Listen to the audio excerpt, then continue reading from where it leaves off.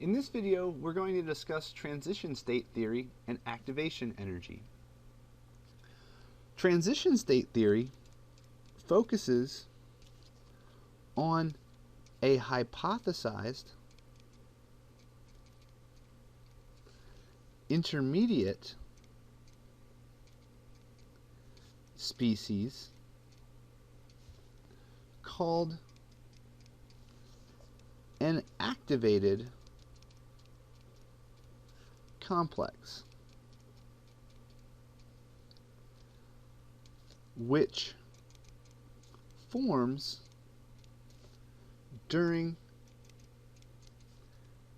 an energetic collision.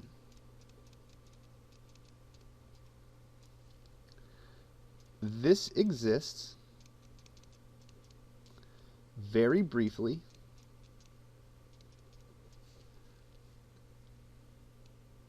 and dissociates either back to the reactants or onto products. So we can take a look at a diagram that describes a particular reaction to illustrate this fact. So let's consider hydrogen gas plus iodine gas to give us 2HI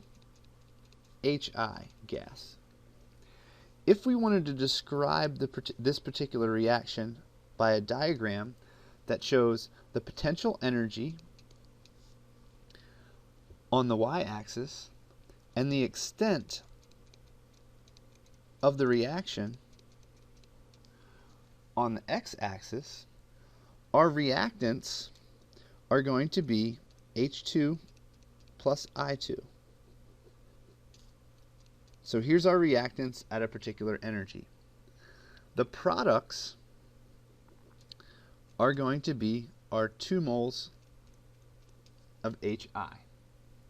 So we have a particular reaction taking place where our energy diagram looks something like this, and the top point up here is where our intermediate forms.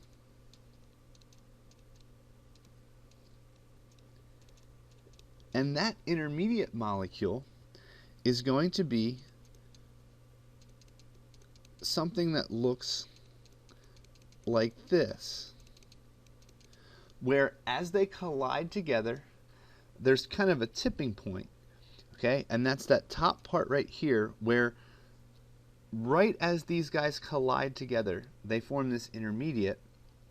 It exists very, very briefly, and it's either going to dissociate back down to our reactants, which are hydrogen and iodine gas, or it's going to give the products the HI. Okay? This enabled us to look into something called our energy of activation, or our energy of activation barrier, which is given right here. Okay? So by looking at these intermediate states, we can determine a few things about activation energy. So if we think about these particular reactions and we say that if our energy of activation is equal to 171 kilojoules per mole and the delta H is equal to negative 13 kilojoules per mole, what is the energy of activation for the reverse reaction? Okay, so again, we can use the same type of a diagram here where we're going to put energy on our y-axis and our reaction progress on the x-axis, and we can say that here we have our reactants, over here we have the products. Okay, this value right here, this change in energy between A and B, is going to be our delta H, and that's going to be negative 13 kilojoules. Okay, our energy of activation is 171 kilojoules. So remember, the energy of activation goes from a point here all the way up to the intermediate.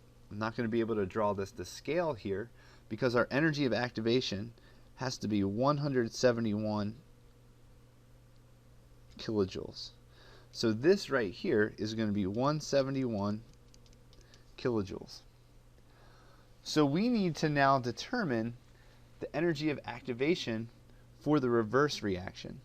So if we were going from B to A, we need to traverse on this particular path where we're starting with B down here and we're going over to A. And in the process, that means our energy of activation barrier is going to be this arrow that I have right here. So here's our energy of activation for the reverse reaction.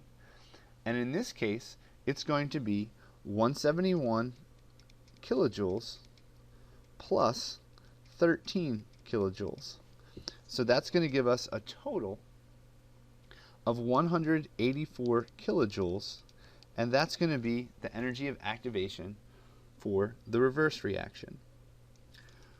Let's do one more problem involving this energy of activation, and what we can say for this one is that if the energy of activation for A going to B is equal to 150 kilojoules per mole, and the energy of activation for B going to A is equal to 100 kilojoules per mole, what is the delta H? All right, so we're going to take this and we're going to plot this particular reaction. We have B to A and A to B. So our A to B, so this is A.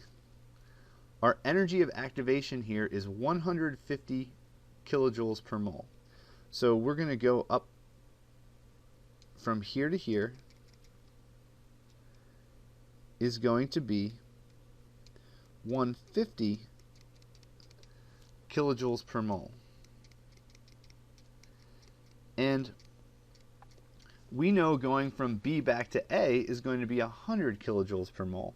So that means that B has to be right around here, because the reverse reaction's energy of activation right here has to be 100 kilojoules per mole. So now we need to figure out what delta H is, and delta H is going to be the difference between A and B.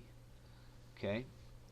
And we know the difference is going to be 50 kilojoules per mole. But the question is this value positive or is it negative? Okay? We are starting at a low energy point with A, and we go up to a higher energy value for B. So that means for this particular delta H, it has to be positive. Okay? So if we kind of look back here and look at our first value for delta H, it was a negative value.